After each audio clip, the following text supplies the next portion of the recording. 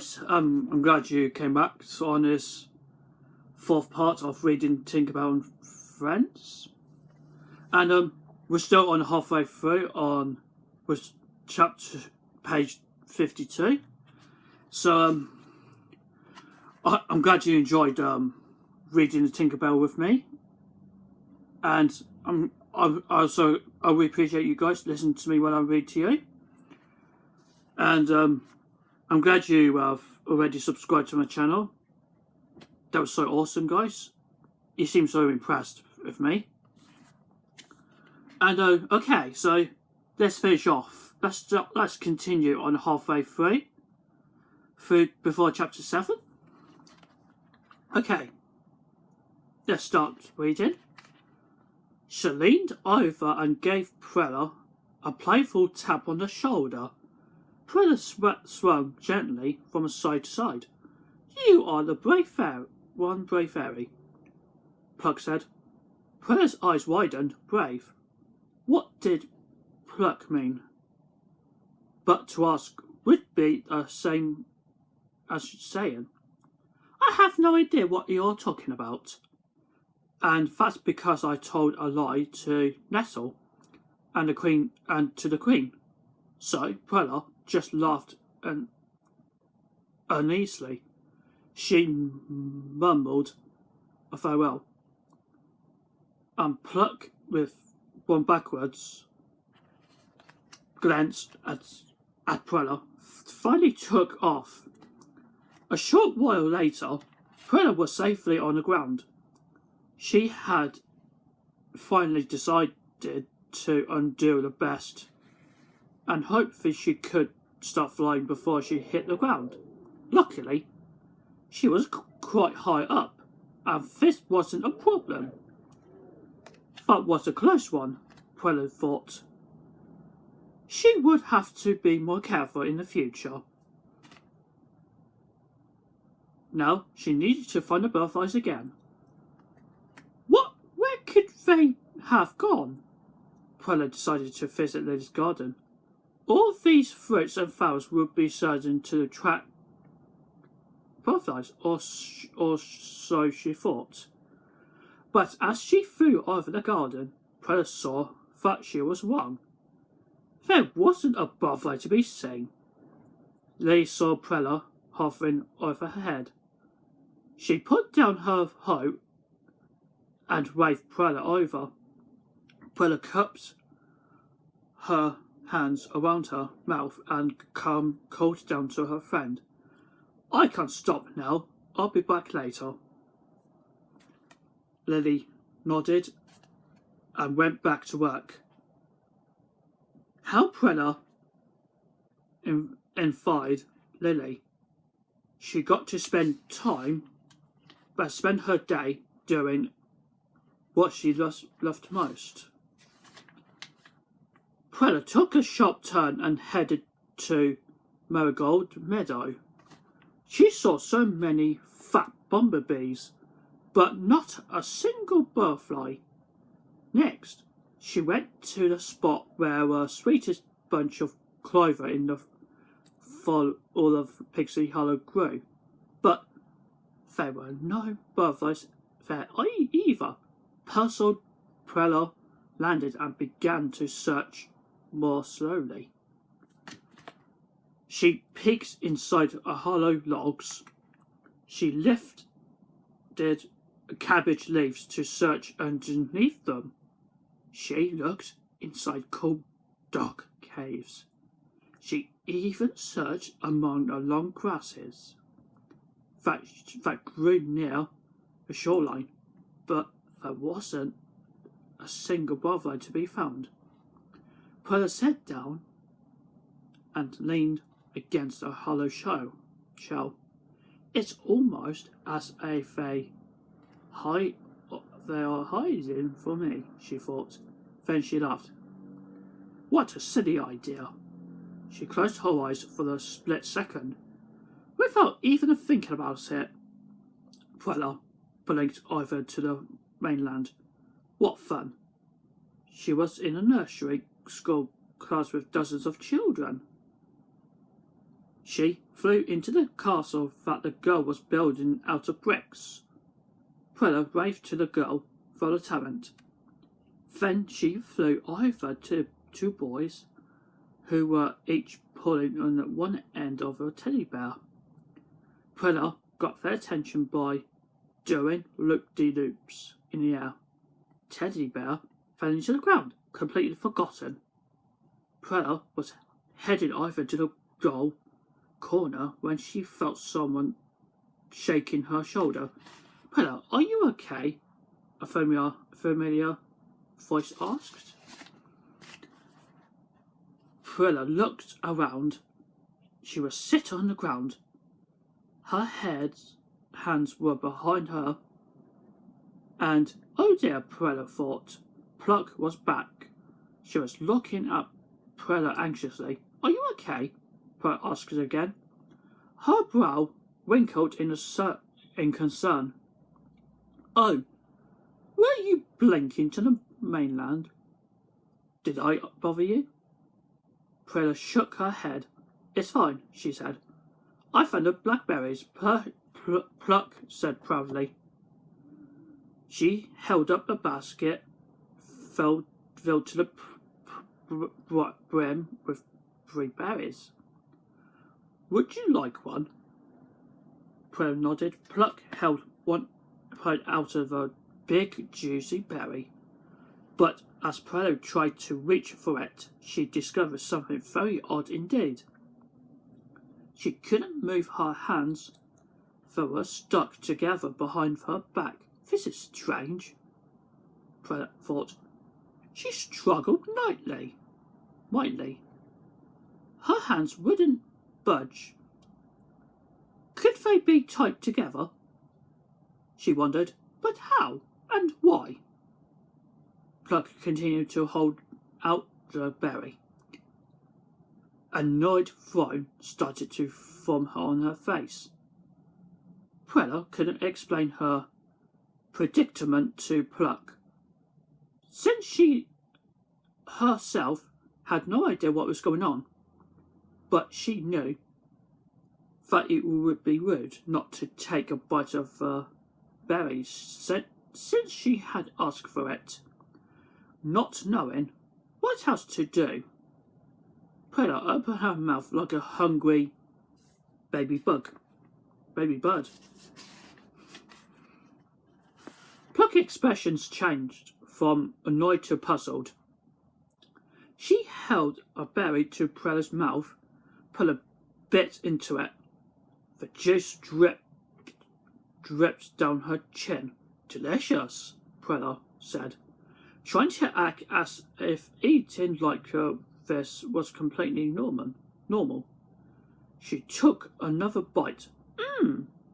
When Prella had eaten her fill, Pluck quickly and said goodbye.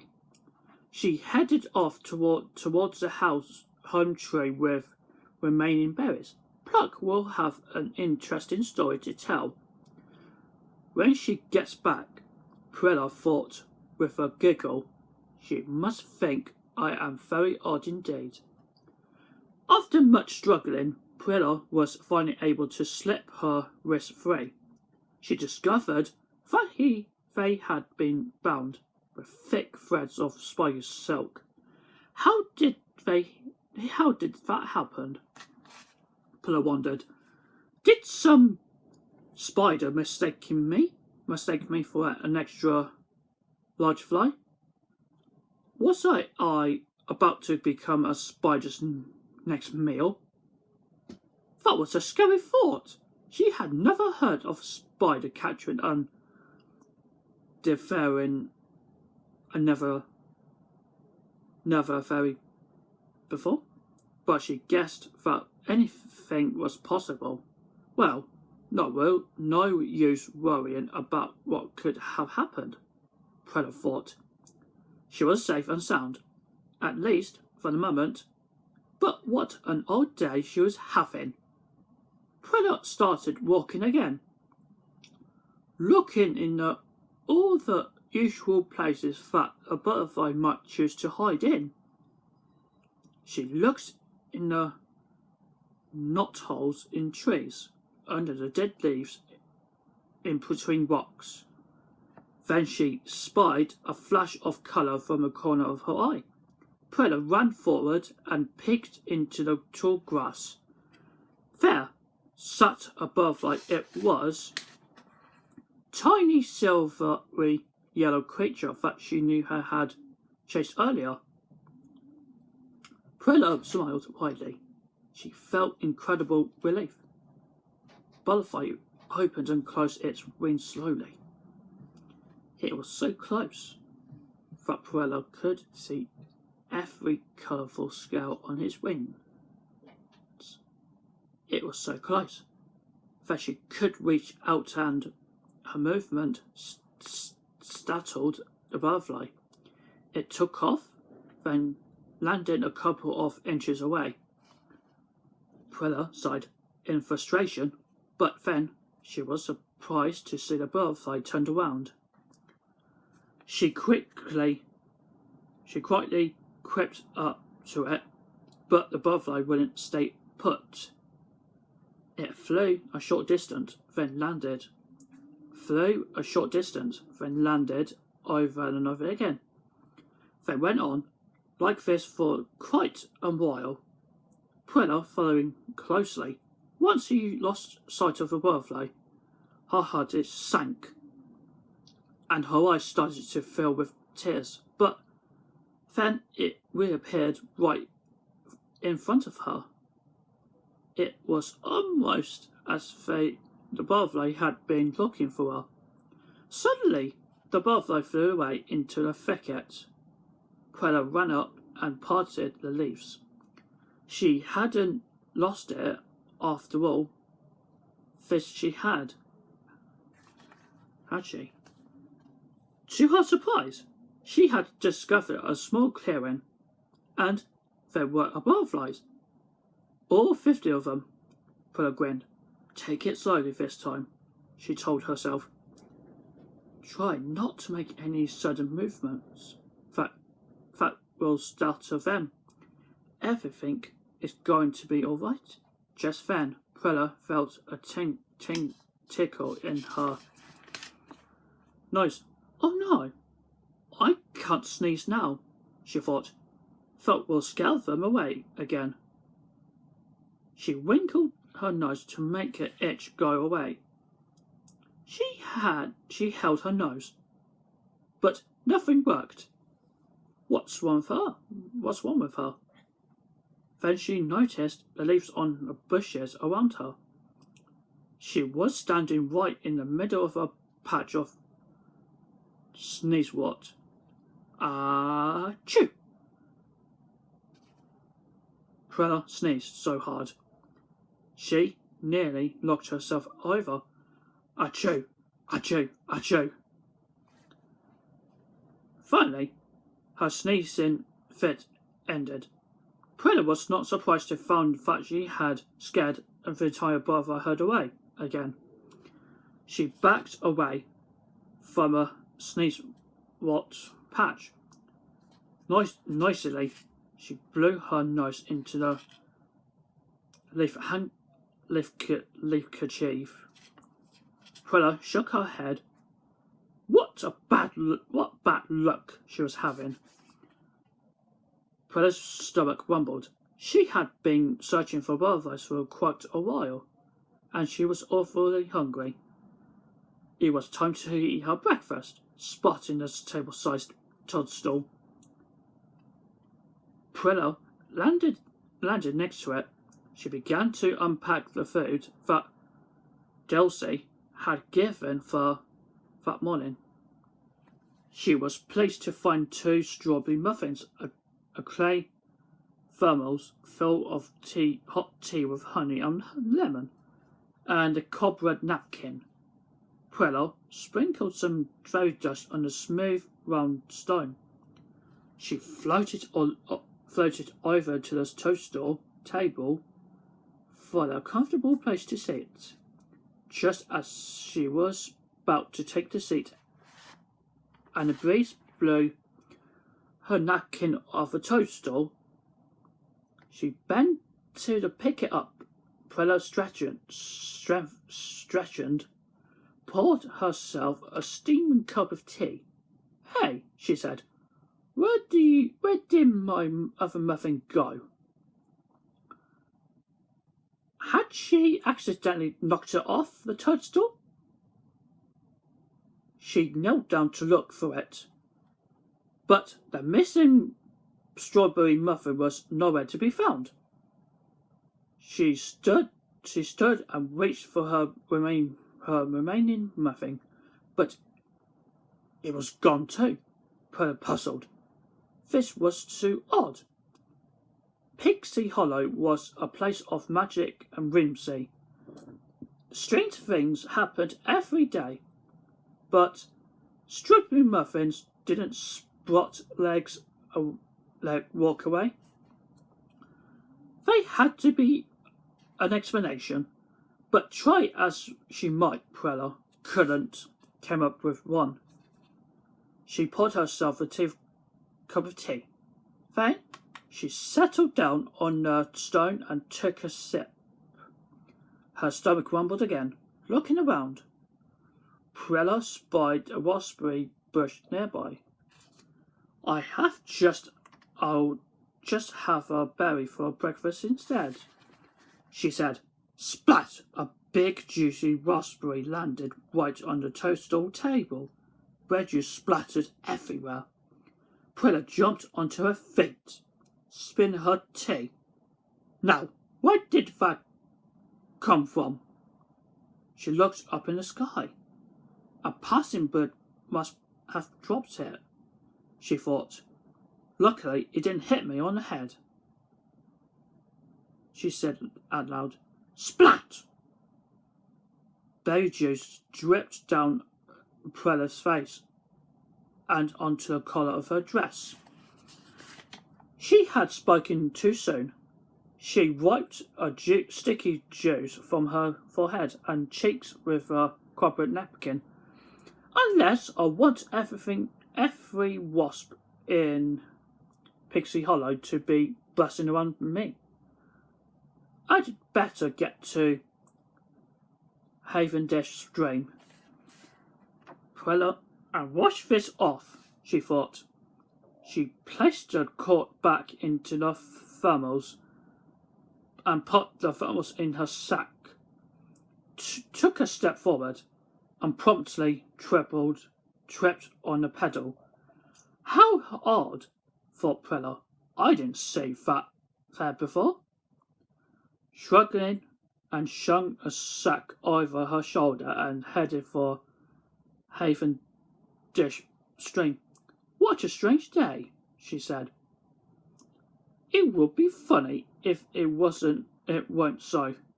Then she started to laugh, despite herself. It was pretty funny that so many things had gone on. Prella got to the stream. She knelt on the bank, scooped up some of her clear, cool water, and splashed it on her face. She couldn't resist magically making a fountain or two spring up for the water when she had finished washing. "I'm getting pretty good at this," she thought. Granny would be proud. Granny was a water talent fairy who had taught Prella how to make fountains. Maybe she will let me move on to the water creatures next, but I bet I could make a sea horse. Smiling at the idea, Prella raised her head and began to stretch it up. And there, on the opposite bank, sat a blue and golden butterfly. Prella blinked. The butterfly fluttered its wings 2 or 3 times, then took off into air. Prella was right behind it, and she hoped a butterfly would lead her straight to the rest of her herd. She followed a butterfly along the banks of the stream. She trailed it through an underground passage. She chased it around and round a big oak tree until she was dizzy. She followed it past a merry balloon and ended up right back in the flower field. If I didn't know any better, Prilla thought, I'd think this butterfly was taking me on a wild goose chase. At the edge of a flower field, the butterfly suddenly darted under the pile of dead leaves. Prilla landed nearby and slowly crept up to it.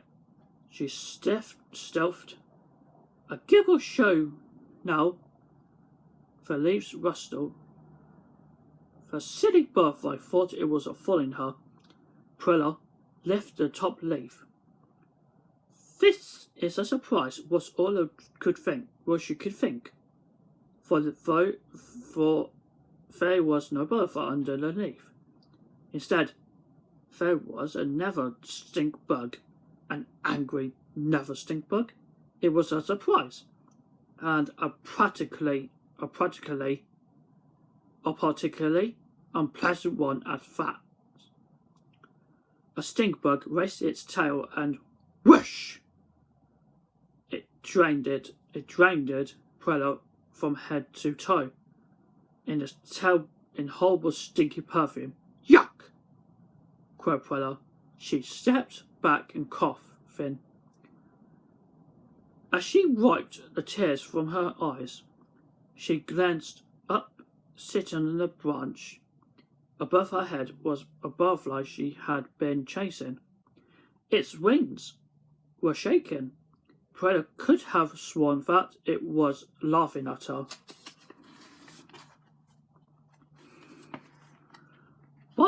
The butterflies flew off, but Prilla didn't follow. Instead, she sat down and put her head in her hands. She was stinky and sticky and worn out. Maybe it was the time to give up. It was quite clear to Prilla that she was a terrible butterfly herder. She had no idea what she was going on. She was starting to dislike butterfly herding and butterflies themselves very much. Then again, if she gave up now, the herd might get lost or harmed by predators, and it will be her fault. Prilla couldn't bear the thought. I can do this, she told herself. She stood up and began to retrace her steps. When she returned to the spot where Muffins had gone missing, to her surprise, she spotted a butterfly. It was a pretty and bronze one, pink and bronze one. It sat there, sunning itself on the toadstool she had used as a table. The butterfly's back was to Prilla.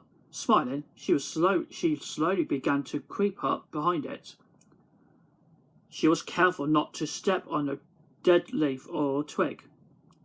She didn't to make any noise that would scare the butterfly away. This is my last chance, Prilla thought. She had to catch this butterfly. Finally, Prilla was right behind the creature. She took a deep breath and lunged forward to grab it. Gotcha, she yelled. Butterfly froze. Then it toppled over. Prilla started, her mouth hung open in disbelief. She reached over and softly above those wings with her finger. It didn't move, no doubt about it. Butterfly was dead. What have I done? Prilla cried. She took a deep breath. Oh, why did I pretend to like butterflies in the first place? Once again, there was a flash of purple on video landed right next to Prilla. Hello, precious, Prilla said with a smirk. I have been looking for you all day. How's a birthday herding going? She wrinkled her nose. And?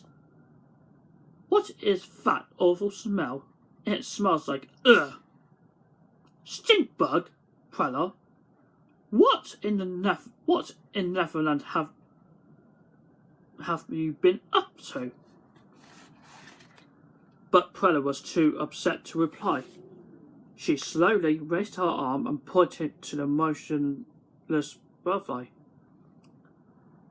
Vidya looked at it, then turned to stare at Prella. She wore a look of a shock. Precious is not dead, finished Prella forlornly. Yes, I killed it. My goodness, sweetheart, said Vidya. Now you have really done it. Even I have never killed a butterfly. This did not make Prella feel any better. I must have scared it to death, Prella whispered. Vidya shook her head. You know, this never would have happened, darling. If you had just... Prella put her hands over her ears. I know, but I couldn't think about that now. Will you please get Queen Clarion so I can explain everything to her? Vidya raised an eyebrow. Are you sure, dear? She asked. You just could pretend this never happened. I would say a word. Prella was just. No, Vidya. I must tell the Queen. Suit yourself, Precious, said Vidya. I'll be back into the 2 shakes of the dragon's tail. Prella watched the video took off into the air. Then she lowered herself to the ground and leaned against the toadstool, where the tiny birthday lay still. She could hardly stand to look at it. She closed her eyes and dropped her head into the hands. What a disaster this was! She wasn't a butterfly herding fairy. She wasn't a butterfly slaying fairy. After what seemed like a lifetime, Prella heard Vidya and Clarion approach. She was surprised to see that Nettle was with them. Maybe she has been brought along for an expert opinion, Prella thought. With all the birthday herders sick, caterpillar shearing talent fairies were a next best thing. Prella wiped her eyes and stood up. Nettle opened her mouth to say something, but Prella held her head for silence. Please let me speak, she said. I have a confession to make, Queen Clarion. Something terrible has happened, and it is all my fault. Go on, Prella, said the Queen. I killed a butterfly, Prella lowered her eyes in shame. What? Butterfly, where? Queen Clarion asked sharply. Here, said Prella, pointing to the toadstool. But when she turned her head to look, she was shocked. The butterfly was gone. But it was just a minute ago. Prella stuttered. She turned Vidya. You saw it. Tell her. Vidya gave her a wicked smile, which made Prella even more upset. She turned to the Queen. It's true. It was just fair. What did the butterfly look like? The Queen said. It was pink and bronze. Prella said. She was trying to hard not to cry. It was very small. The Queen burst out laughing. Perhaps it looks like a butterfly that is sitting on your head. she asked. Nettle started laughing too. Vidya shook her head, smirking. Could it be true?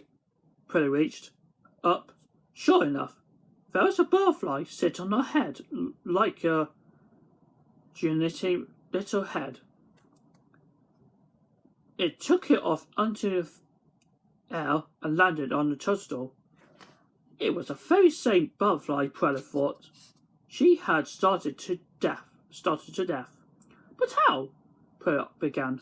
Oh, Prilla, said Nettle, catching her breath. Don't you know that butterflies like to play practical jokes? What are you talking about, said Prilla. I'd do anything to play the trick on you. Nettle explained. One time, the butterfly carried away my best pair of shears, and the next morning, all the caterpillars had terrible haircuts. And there was that time I heard of butterflies picks up the sparrow man who had fallen asleep in a patch of clover. Queen Chlorian added they took him to one of the highest branches of a home tree. He was horribly confused when he woke up later, high above the ground. But this is the meanest butterfly trick I have seen. Nettle told Prilla, imagine it pretended to be dead, so you did think you had killed it. It was a good joke, Vidya said. She liked mean jokes. Prilla stared at the other fairies. She couldn't believe what she was hearing. That can't be right, she said. But then she started thinking about a day's events. Getting stuck on a twig, having her head tied up with a spider silk, the sneeze swat, the missing muffins. The berry fell on her head, tripping over the pedal, the stink bug attack, and fist a butterfly that played dead. I can't believe it, so that was been going on all day, said Prilla. She was so relieved. She started to chuckle. Nettle and the Queen gave her puzzled looks. But you love butterflies, so why didn't you know about them? Nettle finally asked. Prilla stopped laughing. It was time to tell the truth. I told a lie, she admitted. She was too ashamed to make eye contact with anyone. She stared at her shoes as she spoke. I said that I liked butterflies, but the truth was that I didn't really like them at all, and I didn't know a single thing about hurting them. I still don't. But why didn't you say you liked butterflies? The Queen asked. Prilla gulped. She began to explain how at first she had felt honoured when the other butterflies asked her to help out with their talents, and how, after a while, it had begun to take time away from her own talent. But she had been afraid to say no to the fairies who needed her. Prilla turned her to her friend. Nettle, to be honest, I don't really like sharing caterpillars. I did rather blink over to the mainland. I didn't want to hurt your feelings, so I pretended that I liked butterflies. Prilla said. Nettle, You're silly fairy. I love my talent. I think you are crazy for not liking it too. But I would never want you to do something you didn't like, said the queen. Prella, you really didn't mean any harm. They were just mischievous. Perhaps she didn't hate the butterflies after all. Prella took a step forward towards the butterflies. Immediately, she sprawled out on the ground. A sneaky little butterfly had tied her shoelaces together. There was a moment of embarrassed silence. Then Prella started laughing. Queen Glorian and Nettle joined in. Vidya crossed her arms and gave Prella a mocking look, and the butterfly was laughing too, of course. No, Prella thought. Shaking her head, I definitely do not like butterflies one bit. That is for sure. It was a mild sunny day in the Pixie Hollow.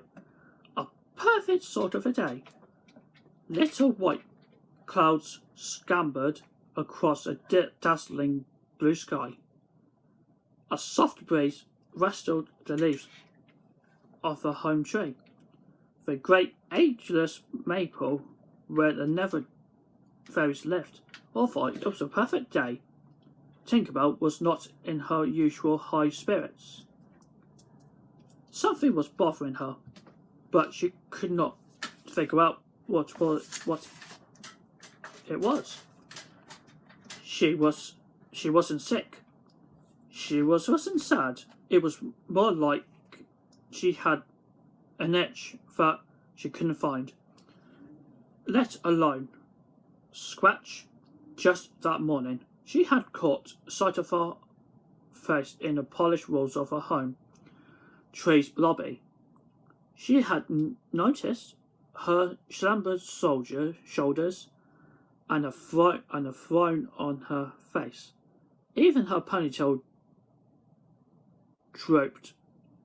This troublesome feeling was on her mind. Now, as she flew towards her bedroom, which was high in the branches of a home tree, she needed to change her shoes before she could go back out to her workout shop. The ones she was wearing had been soaked on a visit to Fistel's strawberry patch. Fistel, a garden tenant fairy, and asked Tink to look at the garden hoe that needed fixing. It had been left on the damp ground among the strawberries, and the blade has rusted through. I would have to be replaced, but it would be easy to fix, Tink thought. She headed up through the trunk of her home tree. The trunk split into two branches. She turned right, then left, then right again, left again. Winding upwards, the corridor lowered as the tree limbs tapered. Tink's room was at the end of one of the topmost branches. When the hallway was so tight that her head nearly grazed the ceiling, she reached a door to her room. As soon as she was inside, her spirits lifted a bit. Tink loved her room. Everything in it reflected her talent and personality. There was her beloved bed, which was made from the pirate's metal life pan. Okay, so I'll stop there on page 88 between 89. Okay, so we just moved on to Tinkerbell's takes charge, and will be continued on on part 5. Okay, so I hope you enjoyed listening to me when I read Tinkerbell and Friends, Prilla and Tink. I think it's quite interesting for you. When the talent fairies were left in the Pixie Hollow, beneath, it's in another land. Okay, well, if you are happy, if you enjoyed this video, and you can write comments down below and give a thumbs up to like a video. Okay, so if you're ready, subscribe to my channel, and don't forget to hit this bell for notification. And we will continue reading Tinkerbell and Friends on part 5. And if you want to stay tuned for next new videos, and have a great day, guys, and I'll be right back.